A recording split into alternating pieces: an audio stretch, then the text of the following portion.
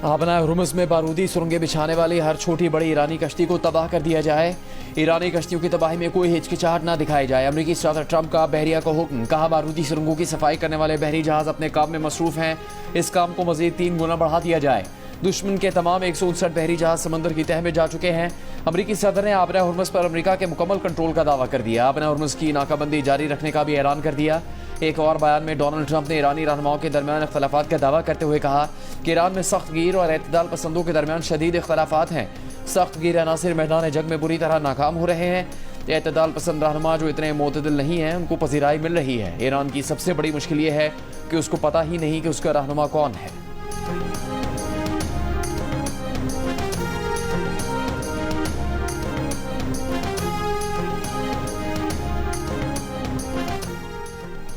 Iran की तेज रफ्तार कश्तियां और समुद्री ड्रोन्स अमरीकी बहरिया के जहाजों को तबाह करने के लिए इंतजार कर रहे हैं। अमरीकी सदर के बयान पर रद्द-ए-अमल देते हुए ईरानी अदलिया के सरबराह गुलाम हुसैन मोहसिनी ने कहा कि अमरीकी आबनाए हुर्मुज़ तक पहुंचने की हिम्मत भी नहीं करते, क्योंकि उन्होंने देखा है कि उनके इंतहाई जदीद समझे जाने वाले जहाजों के साथ क्या हुआ है।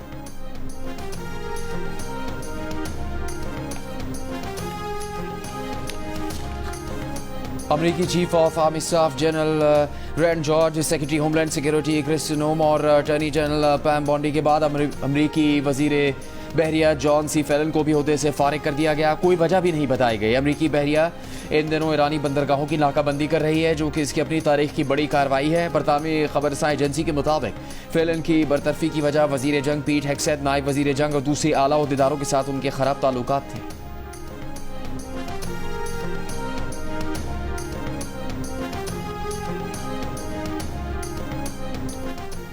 अमरीकी अफवाज की बहरे हिंद में कार्रवाई, बहरी जहाज एमटी मैजेस्टिक को कब्जे में ले लिया। अमरीकी महकमा जंग ने दावा किया कि जहाज एमटी मैजेस्टिक ईरान से तेल ले जा रहा था। अमरीकी महकमा जंग ने कहा कि आलमी सतह पर मैरीटाइम कवानीन के निफाज को जारी रखेंगे, ताकि गैर कानूनी नेटवर्क्स और ऐसे जहाजों को रोक सके जो ईरान की मदद कर रहे हैं। इससे पहले अमरीकी फौज ने पीर को ईरानी परचम बरदार बहरी जहाज एमवी तोस्का पर हमला करके उसे कब्जे में ले लिया था। जहाज पर कब्जे की वीडियो भी जारी कर दी थी।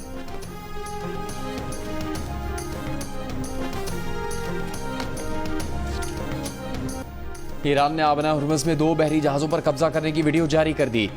वज़ीर ख़ारजा अब्बास अराग़ची का कहना है कि खलीज फ़ारिस और आबना हुर्मुज़ में अदम इस्तेहकाम की वजह अमरीका और इसराइल की जारियत है। ईरानी साहिली रियासत होने के नाते बैनुल-अक़वामी कानून के तहत अपनी सलामती और मफादात के दिफा के लिए इक़दामात कर रहा है, जिसके नताइज की जिम्मेदारी जाहिर क़ुव्वतों पर आयद होती है। जनूबी कोरिया के ख़ुसूसी एलची से गुफ्तगू में अब्बास अराग़ची ने जोर दिया कि दीगर ममालिक अमरीका और इसराइल के हमलों की वाज़ेह और सख्त अल्फाज में मज़म्मत करें।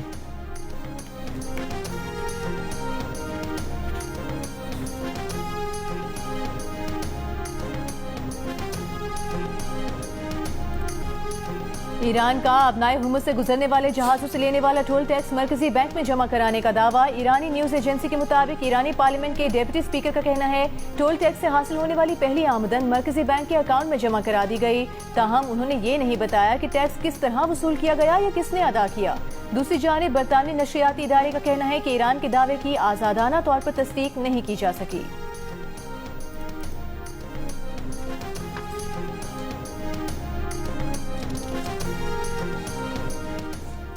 वज़ीर आज़म शहबाज शरीफ से पाकिस्तान में चीन के सफ़ीर जियांग ज़ैडोंग की मुलाकात, मशरिक़ वस्ता की सूरत हाल और पाकिस्तान की अमन कोशिशों पर तबादला ख्याल।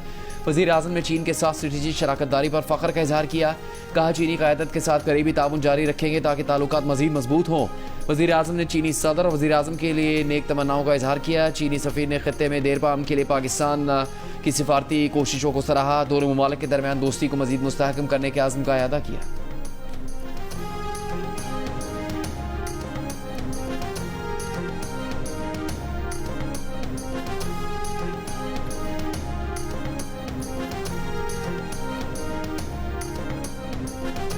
वज़ीर आज़म शहबाज शरीफ और फील्ड मार्शल आसिम मुनी ईरान अमरीका तनाज़ हल करने के लिए हर सतह पर भरपूर कोशिशें कर रहे हैं। उम्मीद है फरीकैन सिफारती और पुरअमन हल को मौका देंगे। वफाकी वज़ीर दाखिला मोहसिन नकवी की अमरीकी नाज़िम उमूर नेटली बेकर से मुलाकात में गुफ्तगू।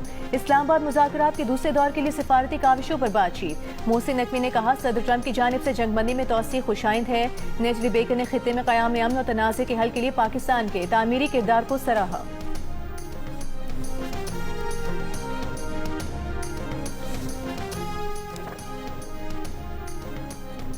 अक़वाम मुत्तहिदा में ईरानी सफ़ीर ने अमरीकी हमलों में 5 अरब रियासतों की सरजमीन के इस्तेमाल पर अक़वाम मुत्तहिदा से बाकायदा एहतजाज रिकॉर्ड करवा दिया।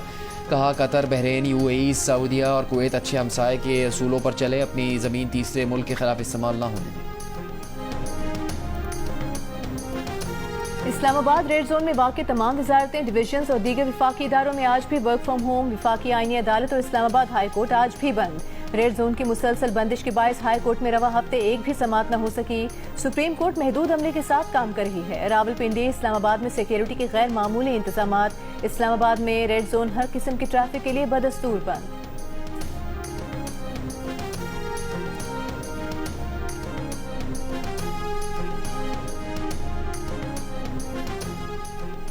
वज़ीर आज़म शहबाज शरीफ का कहना है कि मौजूदा इलाके की सूरत हाल में बरवक्त इक़दामात से तवानाई का बहरान पैदा नहीं हुआ।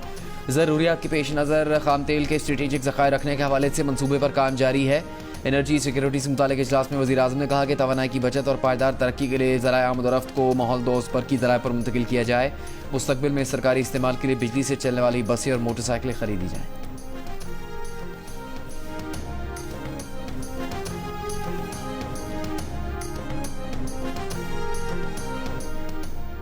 मसनूई जहानत प्रोजेक्ट पर कराची के नौजवान की जहानत काम कर गई। स्वाले आसिफ की 3 शरीक पार्टनर्स के साथ बनाई गई AI कंपनी कर्सर की $60 अरब कीमत लग गई। ये कीमत लगाई है दुनिया के अमीर तरीन शख्स इलॉन मस्क ने। बरतानवी मीडिया के मुताबिक इलॉन मस्क की कंपनी ने कर्सर नामी AI स्टार्टअप कंपनी $60 अरब में खरीदने का ऑप्शन हासिल कर लिया।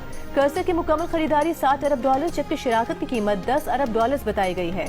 कराची के नौजवान स्वाले आसिफ समेत कर्सर के चारों शरीक बानी 30 साल से कम उम्र हैं। उनका बनाया गया AI project cursor information technology के जरिए कोडिंग को खुदकार बनाने पर काम करता है। कर्सर के टूल्स पर आज दुनिया भर की 50,000 से ज्यादा कंपनियों के लाखों डेवलपर्स काम कर रहे हैं। कर्सर का सालाना मुनाफा $1 अरब है और इसे तेजी से तरक्की करने वाली AI कंपनियों में शुमार किया जा रहा है।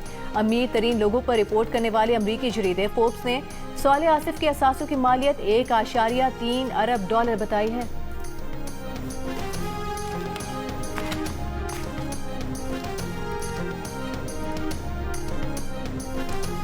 मार्का हक की कामयाबी को 1 साल होने को है।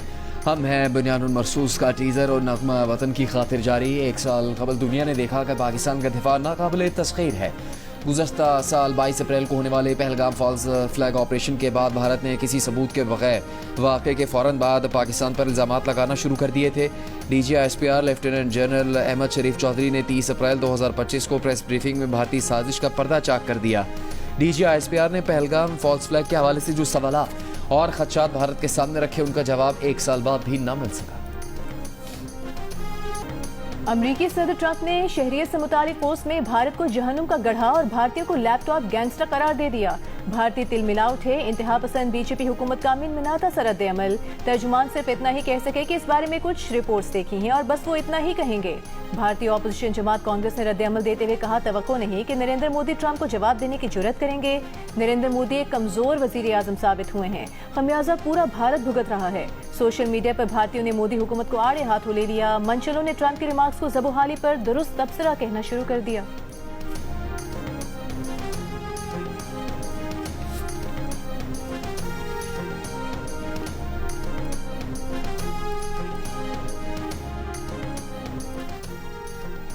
पाकिस्तान ने पहलगाम वाक़े से मुतालिक भारतीय प्रोपेगेंडे और बेबुनियाद इल्ज़ामात को मुस्तरद कर दिया। तर्जुमान दफ्तर ख़ारजा ने कहा, पहलगाम वाक़े को पाकिस्तान से जोड़ने की भारतीय कोशिशें काबिल मज़म्मत हैं। ख़ित्ते में अमन के लिए सिफारती कोशिशें जारी हैं। भारत दाखिली सियासी मकासद के लिए झूठा बयानिया घड़ रहा है। ऑपरेशन बुनियानुल मरसूस के बाद भारत के इल्ज़ामात नई मुहिम का हिस्सा हैं। भारतीय प्रोपेगेंडा असल मसाइल से आलमी तवज्जो हटाने की कोशिश है। भारतीय इश्तियाल अंगेज़ी बयानात जारहाना तर्ज़ अमल है। भारत का सिंताज मुआहदा मुअत्तल करने का इक़दाम बैनुल-अक़वामी कानून की खिलाफ वर्जी है। आलमी बिरादरी भारत से ज़िम्मेदाराना रवैया अपनाने पर जोर दे। अमन व इस्तेहकाम की कोशिशों को सबूदास करने से गुरेज किया जाए।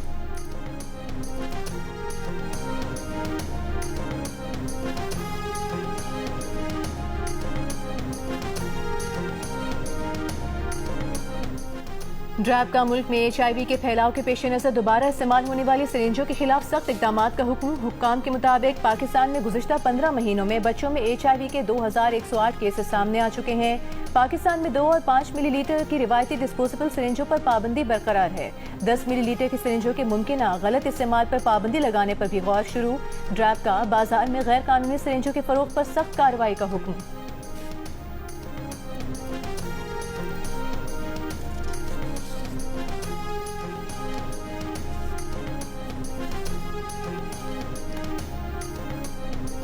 हैदराबाद में शादी की तकरीब में आए 3 बच्चे करंट लगने से जाँ बहक। पुलिस के मुताबिक रिश्तेदार की शादी में आए बच्चे घर की छत पर सो रहे थे। छत के ऊपर से गुजरने वाली हाई वोल्टेज तारों से बच्चों को करंट लगा। बच्चों की उम्रें 10, 12 और 14 साल थी। जाँ बहक होने वाले बच्चों में 2 सगे भाई थे। तर्जुमान हैस्को के मुताबिक हादसे के मकाम पर तारें टूटी हुई नहीं थी। मुमकिन तौर पर बच्चे तारों के करीब मौजूद थे या तार छूने से करंट लगा।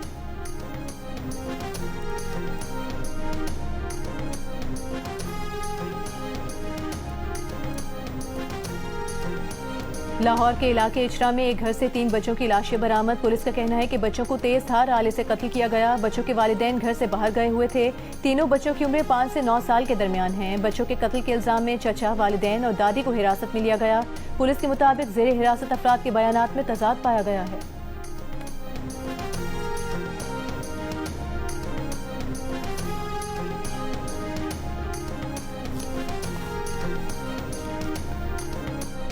खैरपुर में सखर पुलिस के ऑपरेशन के दौरान बच्ची समेत 4 अफराद जाँ बहक। 3 SHOs मुअत्तल, 1 गिरफ्तार। वाक़े पर लवाकिन का शदीद एहतजाज। वज़ीर दाखिला सिंध ने रिपोर्ट तलब करके तहकीकात का हुक्म दे दिया। पुलिस ने गुज़श्ता रोज़ 4 अफराद के कत्ल में मतलूब मुलजिम की गिरफ्तारी के लिए खैरपुर में ऑपरेशन किया था। रावलपिंडी के बेनज़ीर भुट्टो अस्पताल की बेसमेंट में कई बरसों से पानी का रिसाव। गंदे पानी से बदबू और ताफून फैलने लगा। बेसमेंट में पानी भरने से अस्पताल की इमारत खतरनाक हो गई। करोड़ों रुपए के फंड्स के बावजूद मसला हल न होना सवालिया निशान बन गया। MS डॉक्टर शर्जील का कहना है कि जमा पानी और खस्ता हाली पुराना मामला है। पानी निकालने के लिए वाटर पंप नस्ब है। कोशिश है तमाम मसाइल मुस्तकिल तौर पर हल किए जाएं।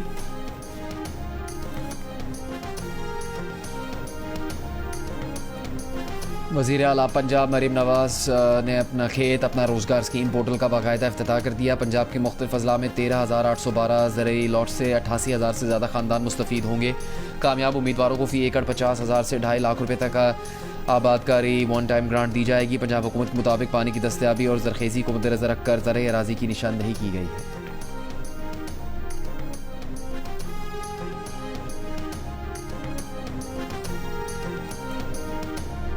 वज़ीर आला KP सुहेल आफरीदी की सदारत में महकमा मेहनत का इजलास। तलबा यूनियंस की बहाली के मामले पर भी गौर। शुरका को ब्रीफिंग दी गई कि तलबा यूनियंस की बहाली से मुतालिक असेंबली से करारदाद मंजूर की गई। यूनियंस की बहाली के लाहे अमल के लिए खुसूसी कमेटी कायम की गई है। सुहेल आफरीदी ने कहा कि कम अज कम उजरत की पॉलिसी पर मुकम्मल अमल दरामद नागुज़ीर है।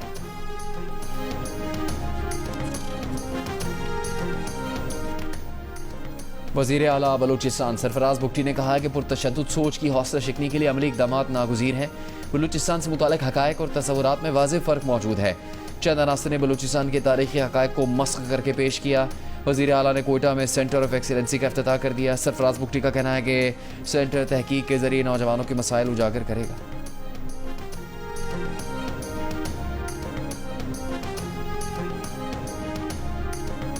सिंध के सीनियर वज़ीर शर्जील मेमन ने कहा है रेड लाइन मंसूबे पर काम ठीक तरह से नहीं हो रहा था। हुकूमत ने कॉन्ट्रैक्ट खत्म किया। एशियाई तरक्याती बैंक की मुशावरत के साथ ही हुकूमत ने कदम उठाया। 48 घंटे में काम दोबारा शुरू करने की कोशिश कर रहे हैं। जियो पाकिस्तान में गुफ्तगू करते हुए शर्जील मेमन ने कहा शाहराह भुट्टो पर काम की पेशरफ से मुतमईन हैं। शाहराह भुट्टो को अगले माह अवाम के लिए मुकम्मल तौर पर खोल दिया जाएगा।